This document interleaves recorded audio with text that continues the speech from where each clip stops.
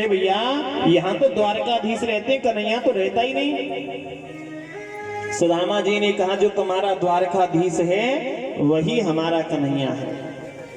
आप अपने द्वारकाधीश से कह दो कि उनसे मिलने के लिए उनका बचपन का मित्र सुदामा आया है।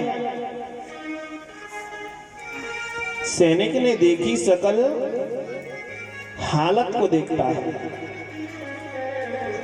सैनिक मन में विचार करता है, ये भगवान का मित्र हो सकता है। अरे भगवान जो यहाँ के राजा हैं, वो एक राजा का मित्र ऐसा हो सकता है कभी? कहने लगा, भैया तू द्वारकाधीश का मित्र है, सही बोल रहा है। भैया आप जाकर के कह दो कि कन्हैया से मिलने के लिए सुदामा आया है। आपको कहने में देरी होगी, लेकिन कन्हैया को आने में देरी नहीं होगी। उन सैनिकों ने सुदामा जी की दशा को देखा। शीस पगा न झगा तन पे, प्रभु जाने को आही बसो की ग्रामा। सुदामा जी की दशा को देख करके सोचते हैं कि इसकी न तो शीश पे पगड़ी है, न तन पे कुर्ता है, और ऐसा व्यक्ति द्वारकाधीश का मित्र हो सकता है? एक सैनिक ने कहा, अगर ये मित्र बता रहा है तो जाकर के बता दो क्या हो गया। सैनिक जाकर के दौड़ता हुआ भगवान के पास पहुंचा। भगवान, एक व्यक्ति की हालत बहुत बेहाल है, लेकिन वो आपको अपना मित्र बताता है। भगवान ने कहा, मेरा मित्र, क्या नाम है उसका?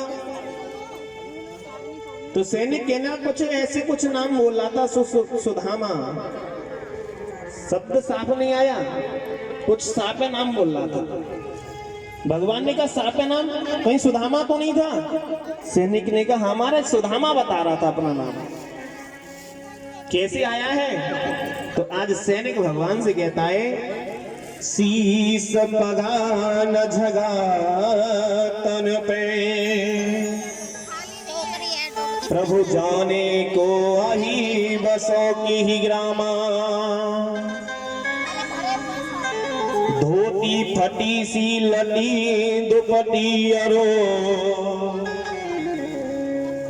पायो पास नहीं सामा।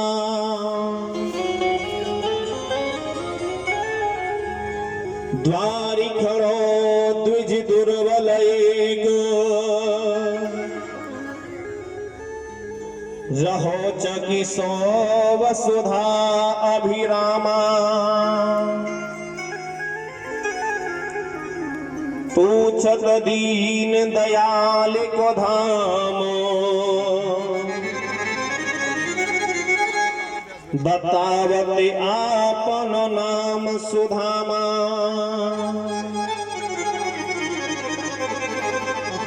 जैसे ही भगवान ने नाम सुना और दशा का बेहाल सुना कि दशा ऐसी है, भगवान अपने तन की सुध भूल जाते, मन की सुध भूल जाते हैं। वहीं से भगवान आज दौड़ लगाते सुदामा से मिलने के लिए। जब सैनिकों ने सुदामा जी को अंदर नहीं आने दिया तो सुदामा जी द्वारे पे से लौट जाते हैं। भगवान कन्हैया दौड़ते हुए जा रहे हैं, पीछे पीछे सेनापति जा रहे हैं, पीछे उनके सैनिक जा रहे हैं। भगवान के चरणों में चरण पादुका नहीं है। आज सैनिकों ने देखा कि भगवान बिना चरण पादुका के जा रहे हैं। सभी दौड़ते हुए प्रभु के पीछे पीछे भागे चले जा रहे हैं। सभी ब्रजवासी द्वारिकावासी सुदामा के हाल को देख करके परिहास करते हैं। भगवान पूछते जा रहे हैं, भैया इधर से कोई सुदामा ब्राह्मण गया है? सभी नगरवासी भी कहते हैं कि दीन की दशा को देखने के लिए भगवान क्यों भाग रहा है, द्वारकाधीश क्यों जा रहा है? पूछते जाते हैं, कोई ब्राह्मण यहाँ से गया है जिसकी ऐसी हालत है, दशा है? बताया भैया महाराज यहाँ से आगे तनिक गया है। भगवान दौड़ते हुए जा रहे हैं, भागते हुए जा रहे हैं। भगवान ने जैसे ही सुदामा को देखा, आज भगवान ने सुदामा को अपनी गोदी में भर लिया। सुदामा जी ने देखा कि कन्हैया आ गया। सुदामा जी कहते कन्हैया मुझे तो ये लगता नहीं कि तू मुझे पहचान लेगा कभी। भगवान ने आज सुदामा की दशा को देखकर भगवान सुदामा जी को लेकर आते हैं, सिंहासन पर बैठाया। भगवान आज सुदामा जी की दशा को देख करके रोते हैं। देख सुदामा की दीन दशा, करुणा करके करुणा निधि रोए।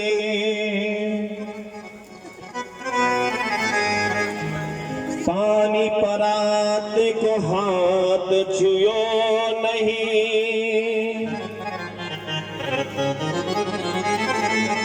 नैनन के जल से पग धोए।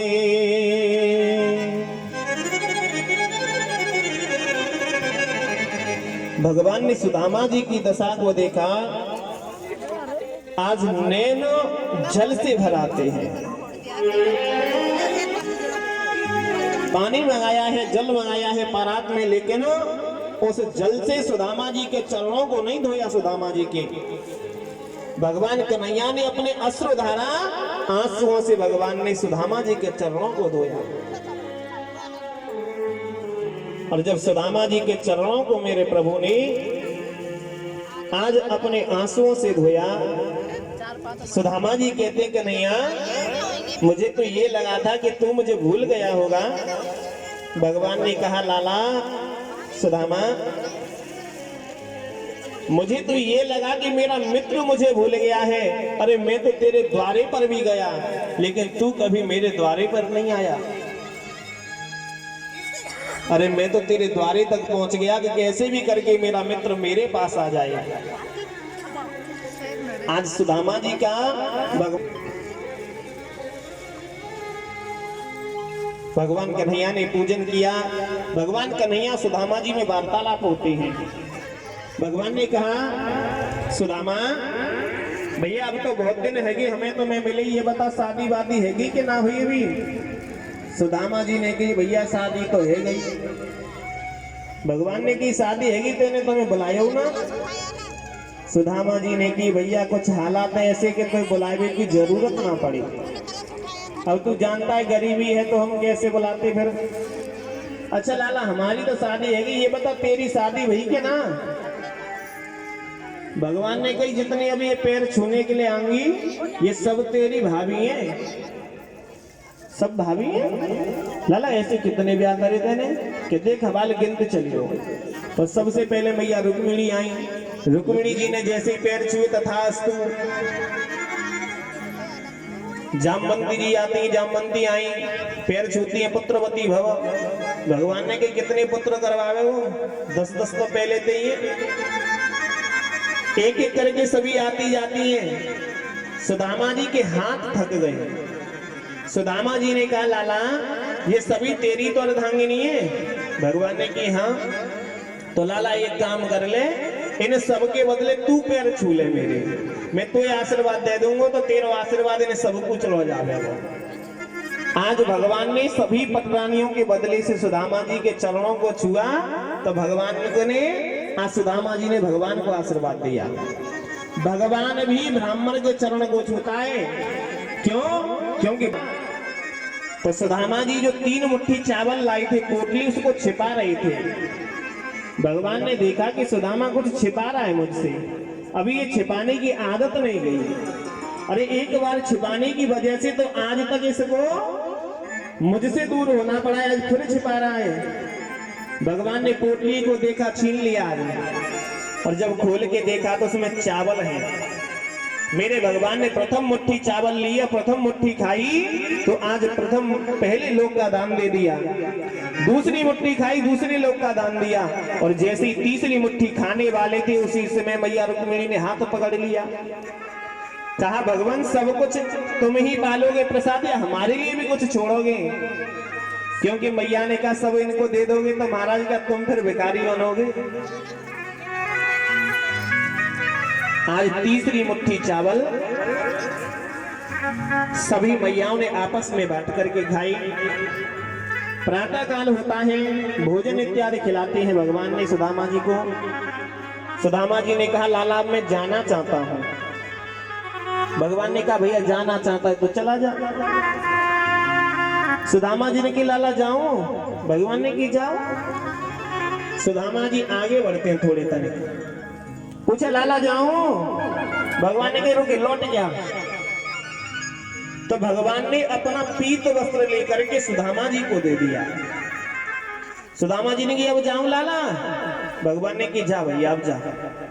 जैसी सुदामा जी आगे बढ़े, सुदामा जी ने सोचा कि हम तो आए यहाँ कुछ लेने के लिए, जाने तो ये पीत वस्त्र दे दो। सुदामा जी कहते लाला जाऊं? भगवान ने की लौटे आओ।